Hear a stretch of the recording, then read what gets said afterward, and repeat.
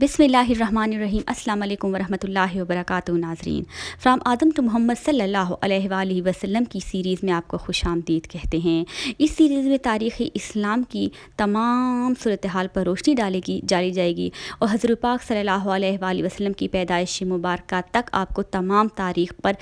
قدم بقدم آپ کو ایپیسوڈ ملیں گے۔ آج ایپیسوڈ حضرت لوط علیہ السلام کی اور ان کی قوم کی ہے۔ اور کیا آپ جانتے ہیں کہ حضرت لوط علیہ السلام کی بیوی کا مجسمہ کہاں ہے اور وہ پتھر کی کیوں بن گئی؟ یا پورا واقعہ قوم لوط کا کیا ہے؟ تو جڑ جائیے اور سنیے۔ لوط علیہ السلام ایک نبی کا نام ہے جس کا ذکر قرآن مجید میں اور بائبل کے عہد نامہ قدیم کی کتاب پیدائش میں آتا ہے۔ حضرت لوط علیہ السلام کا شہر سدوم میں سے جس کو الٹ پلٹ کہنے والا شہر بھی کہا جاتا تھا ہے، جو ملک شام میں صوبہ خمس کا ایک اور مشہور شہر ہے، اس کے ساتھ آباد ہے۔ حضرت لوط علیہ السلام بن ہاران بن ترخ یہ حضرت ابراہیم علیہ السلام کے بھتیجے تھے۔ یہ لوگ عراق میں شہر بابل کے باشندے تھے، پھر حضرت ابراہیم علیہ السلام وہاں سے ہجرت کر کے فلسطین چلے گئے اور حضرت لوط علیہ السلام ملک شام کے ایک شہر اردن میں مقیم ہو گئے اور اللہ تعالیٰ نے آپ کو نبوت کا شرف بخشا۔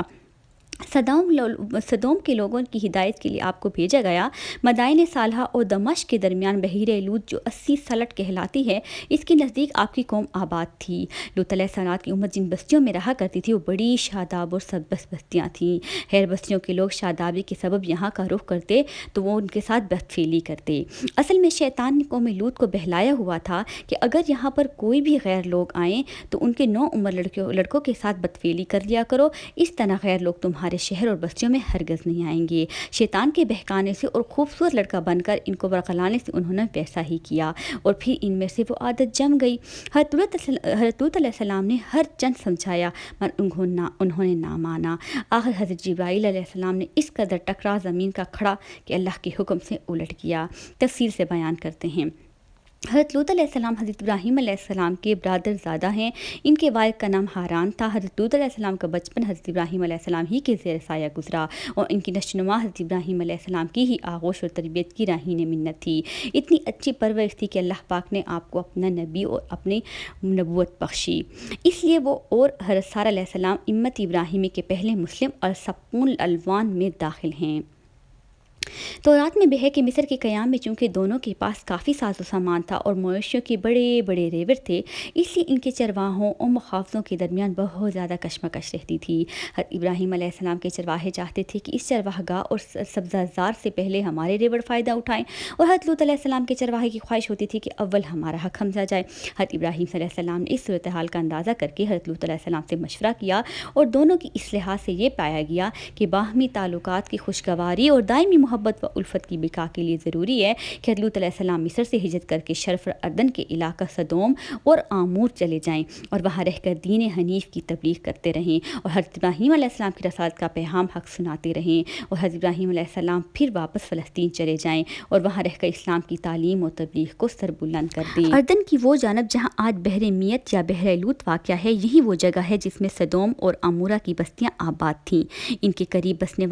لوگوں کا یہ اعتقاد تھا کہ پہلے یہ تمام حصہ جو اب سمندر نظر آتا ہے کسی زمانے میں خشک زمین تھی اور اس پر شہر آباد تھے۔ سدوم و عمورہ کی آبادیاں اسی مقام پر تھیں۔ یہ مقام شروع سے سمندر نہیں تھا، بلکہ جب قوم لوط پر عذاب آیا اور اس کی سرزمین کا تختہ الٹ دیا گیا اور سخت زلزلے اور بھونچال آئے، تب یہ زمین تقریباً 400 میٹر سمندر سے نیچے چلی گئی اور پانی ابھر آیا، اسی لیے اس کا نام بحیرہ میت اور بحیرہ لوط ہے۔ یہ صحیح ہو یا غلط، بہرحال یہ مسئلہ حقیقت رکھتا ہے کہ اسی بحر میت کے ساحل پر وہ حادثہ رونما ہوا تھا جو قوم لوط کی عذاب سے موسوم ہے۔ حضرت ابراہیم علیہ السلام کے ساتھ خدا کے دین کی خاطر ایک جگہ سے دوسری جگہ منتقل ہونا وطنی ہجرت ہے، اور باپ دادا کی قدیم مذہب مظاہر پرستی کو چھوڑ کر ملت حنیفی کو اختیار کر لینا روحانی ہجرت ہے، اور جو گزشتہ سالوں کی اصلی تحقیق نے ہجر میت کے ساحل پر لوط علیہ السلام کی بستیوں کے بعض تباہ شدہ آثار پیدا کیے اور دیکھی، اس سے علم و یقین کے سامنے سر تسلیم خم کر دیا ہے، جس کا اعلان 1350 سال قبل قرآن کریم نے خود کیا ہے۔ آل لوط سے مراد خود حضرت لوط علیہ السلام اور ان پر ایمان لانے والے لوگ ہیں، جن میں حضرت لوط علیہ السلام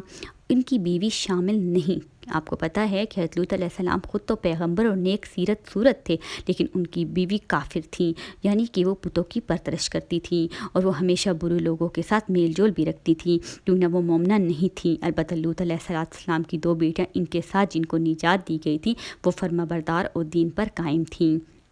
آل لوط سے یہاں پر مراد حضرت لوط علیہ السلام کی صرف صلیبی اولاد نہیں بلکہ ان کی معنوی اولاد بھی ہے۔ اس میں داخل ہے کہ انہیں آپ کے اتباع اور پیروکار کہ ان سب ہی کو اس نجات سے سرفراز فرمایا گیا۔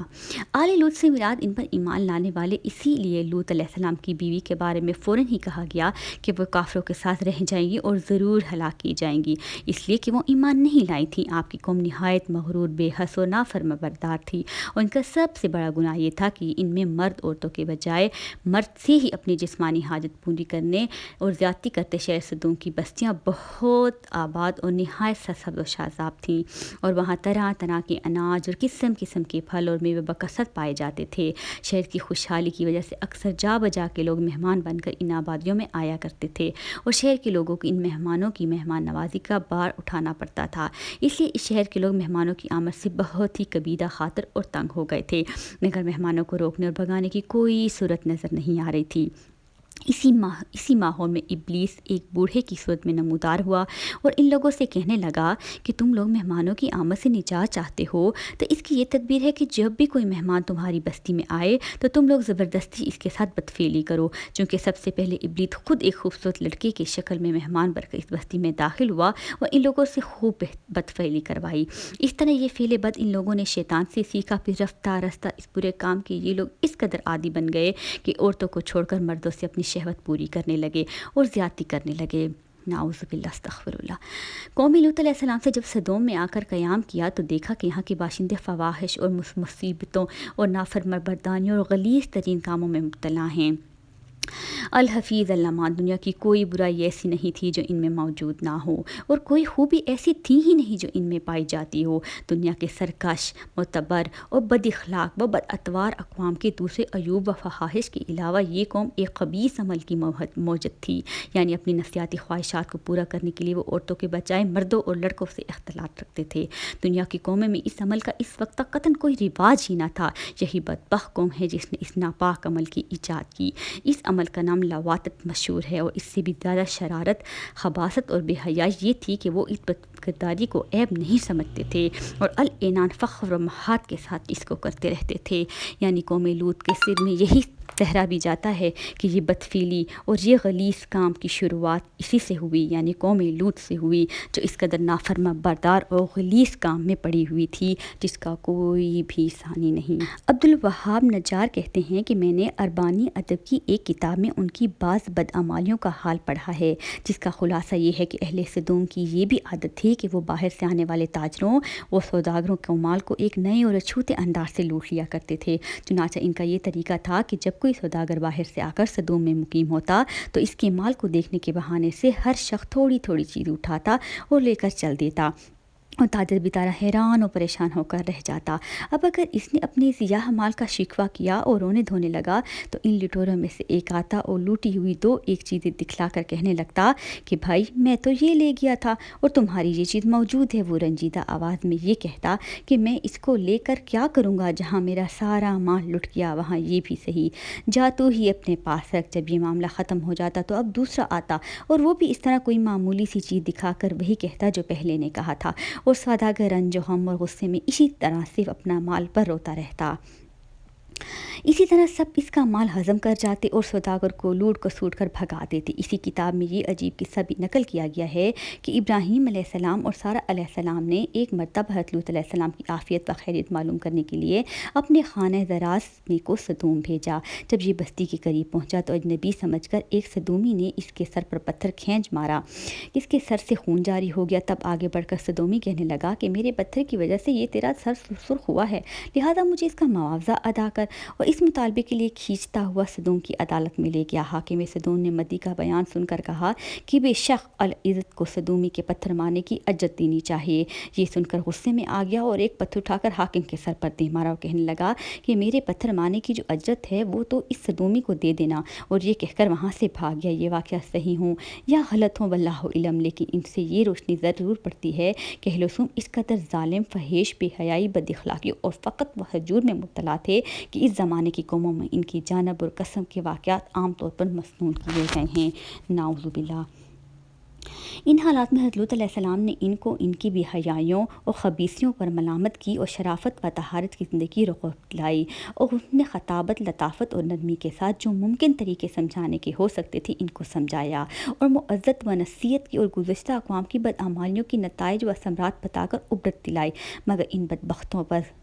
اثر نہ پڑا، بلکہ الٹا اس کا یہ اثر ہونے لگا جس میں قرآن کریم میں ایسے بیان کیا گیا ہے مفہوم: اور اس لوط کی قوم کا جواب اس کے سوائے کچھ نہ تھا کہ کہنے لگے ان لوط اور اس کے خاندان کو اپنے شہر سے نکال دو، یہ بے شک بہت ہی پاک لوگ ہیں، بے شک یہ پاک لوگ ہیں۔ قوم لوط کا یہ مذاقیہ فکرہ طنزیہ تھا، کوئی حضرت لوط علیہ السلام اور ان کے خاندان پر طنز کرتے اور ان کا ٹھٹا اڑاتے تھے کہ بڑے پاک باز ہیں، ان کا ہماری بستی میں کیا کام، یا نہ سہا مشقت کی مردانہ نصیحت سے غلیظ و غضب میں آ کر کہتے تھے کہ اگر ہم ناپاک اور بے حیاء ہیں اور وہ بڑے پاک باز ہیں تو ان کا ہماری بستی سے کیا واسطہ، ان کو کہو کہ یہاں سے نکل جائیں۔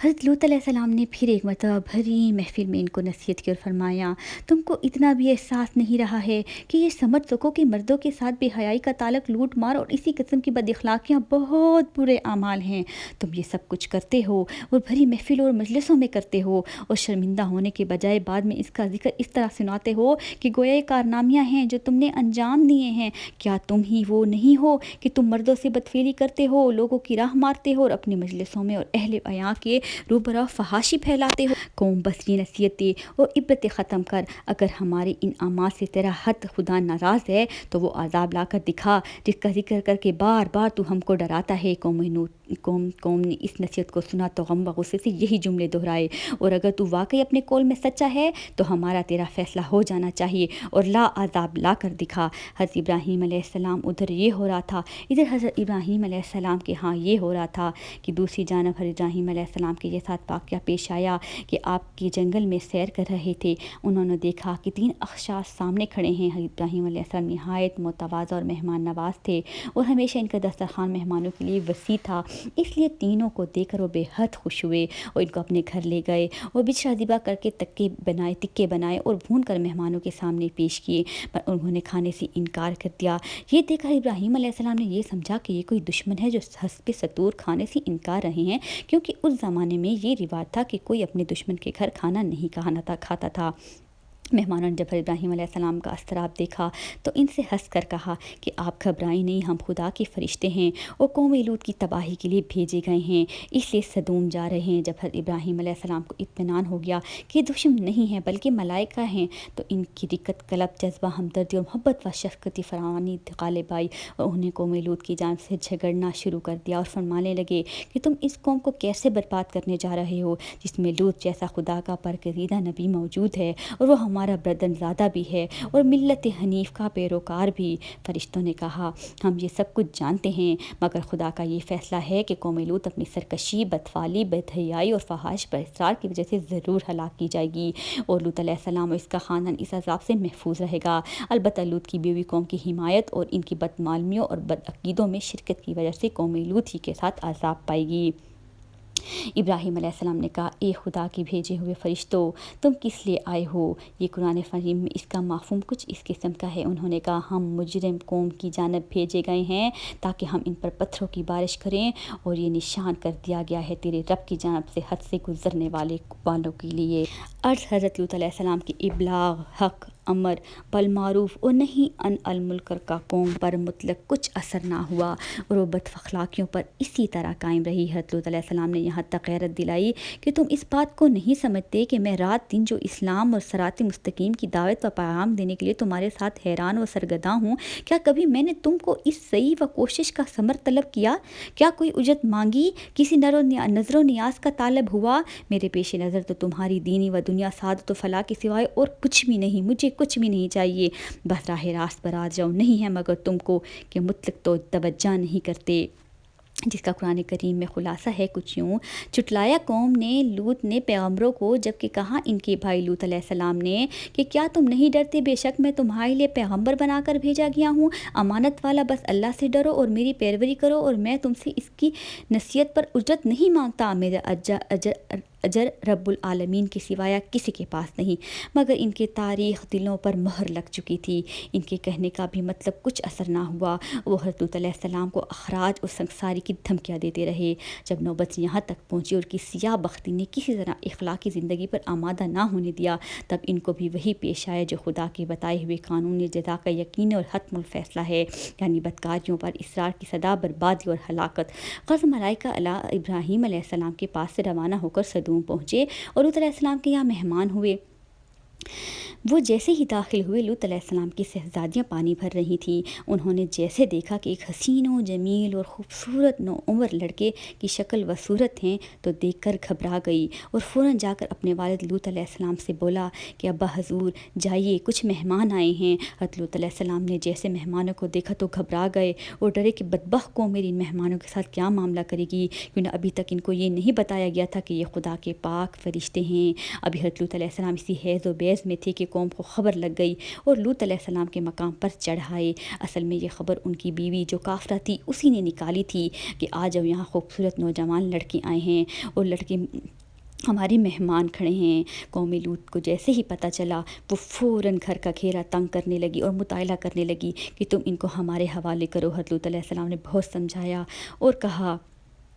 کیا تم میں سے کوئی بھی سلیم و فطرت انسان رجل رشید نہیں ہے کہ وہ انسانیت کو برتے اور حق کو سمجھے؟ تم کیوں اس لعنت میں گرفتار ہو اور خواہشات کے نفس کے افاع کے لیے فطری طریقے عمل کو چھوڑ کر اور ہر راز طریقے سے عورتوں کو رفیقہ حیات بنانے کی جگہ ان معلوم بے حیائی کے در پہ ہو؟ اے کاش میں رکن شدید کی زبردست حمایت کر سکتا۔ حضرت لوط علیہ السلام کی اس پریشانی کو دیکھ کر فرشتوں نے کہا، آپ ہماری ظاہر صورتوں کو دیکھ کر گھبرائیں نہیں، ہم ملائکہ ہیں، عذاب ہیں اور خدا کے قانون جزائے اعمال کا فیصلہ ان کے حق میں اٹل ہے اور اب ان کے سر سے ٹلنے والا نہیں۔ آپ اور آپ کا خاندان عذاب سے محفوظ رہے گا، مگر آپ کی بیوی ان بے حیائیوں کی رفاقت میں رہے گی اور آپ کا ساتھ نہ دے گی۔ آخر عذاب الہی کا وقت آ پہنچا۔ ابتدائے شب ہوئی تو ملائکہ کے اشارے پر حضرت علیہ السلام اپنے خاندان سمیت دوسری جانب سے نکل کر سدوم سے رخصت ہو گئے اور ان کی بیوی نے ان کی رفاقت سے انکار کر دیا اور رستے ہی سے لوٹ کر سدوم واپس آ گئی۔ آخر